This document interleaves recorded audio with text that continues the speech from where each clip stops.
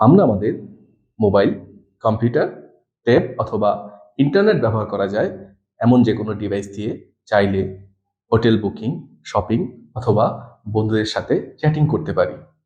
এই পুরো ব্যাপারটি আসলে সম্ভব হয়েছে ইন্টারনেট ইনফ্রাস্ট্রাকচার এবং প্রফেশনাল অ্যাপ ডেভেলপারদের সমন্বয়ের কারণে। এখানে অ্যাপ ওয়ার্ডটির বিভিন্ন মিনিং থাকতে পারে। অ্যাপ হতে পারে আমাদের ফোনে থাকা কোনো অ্যাপ্লিকেশন অথবা ওয়েব অ্যাপ যেটা শুধুমাত্র ব্রাউজারে রান করে। আমাদের এই কোর্সটি হচ্ছে introduction to front end web development. এই কোর্সটিতে আমরা কাভার করব ওয়েব কিভাবে কাজ করে, আমরা জানব ওয়েব ব্রাউজার, ওয়েব পেজ এবং ওয়েবসাইট সম্পর্কে।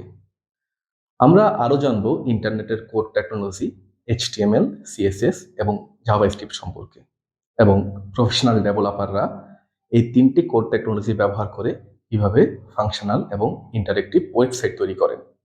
একজন নতুন ওয়েব ডেভেলপার হিসাবে আমাদের সবারই আসলে জানার আগ্রহ থাকে যে প্রফেশনাল ওয়েব ডেভেলপাররা কি কি টুলস ব্যবহার করে ওয়েব ডেভেলপমেন্টের কাজগুলো করে।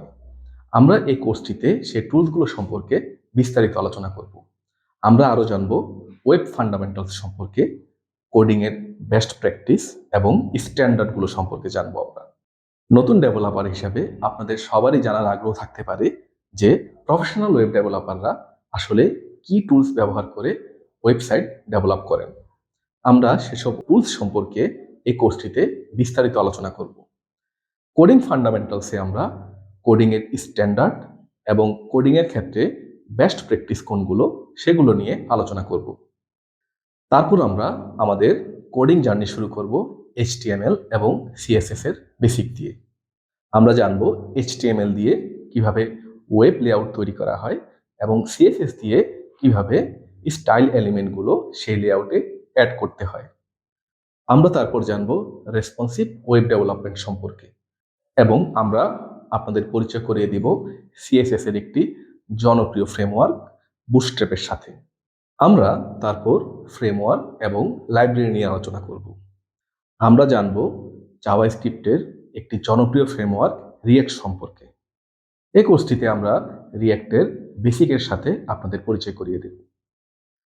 তারপর আমরা আলোচনা করব সিঙ্গেল পেজ অ্যাপ্লিকেশন নিয়ে। আমরা ডাইনামিক এবং স্ট্যাটিক কন্টেন্ট সম্পর্কে জানব। এই কোর্সের শেষের দিকে আমরা পুরো কোর্সটিতে যা যা শিখলাম তা প্র্যাকটিক্যালি ইমপ্লিমেন্ট করার চেষ্টা করব। আমরা একটি ওয়েব পেজ এডিট করব HTML এবং CSS দিয়ে। তাহলে চলুন আমরা শুরু করি ফ্রন্ট এন্ড ওয়েব ডেভেলপমেন্টের এই জার্নিটি।